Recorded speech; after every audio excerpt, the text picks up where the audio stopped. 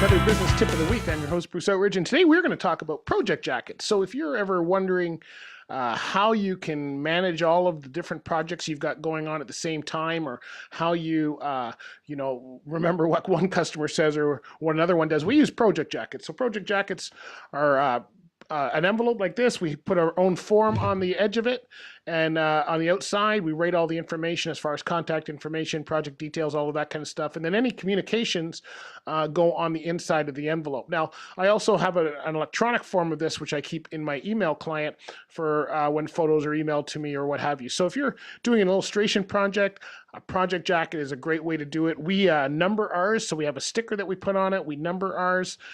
We have a number for the client, and that helps us keep things straight, because a lot of times, hopefully, you're getting repeat clients, and we want to make sure you know which one you're working on and which one you're not. So project jackets have been keeping us straight for years, and I would encourage you to get some kind of a system like that in your illustration business or your service business, so that you understand which project you're on and which one has different timelines. So hope that helps, and join us next week for another tip of the week.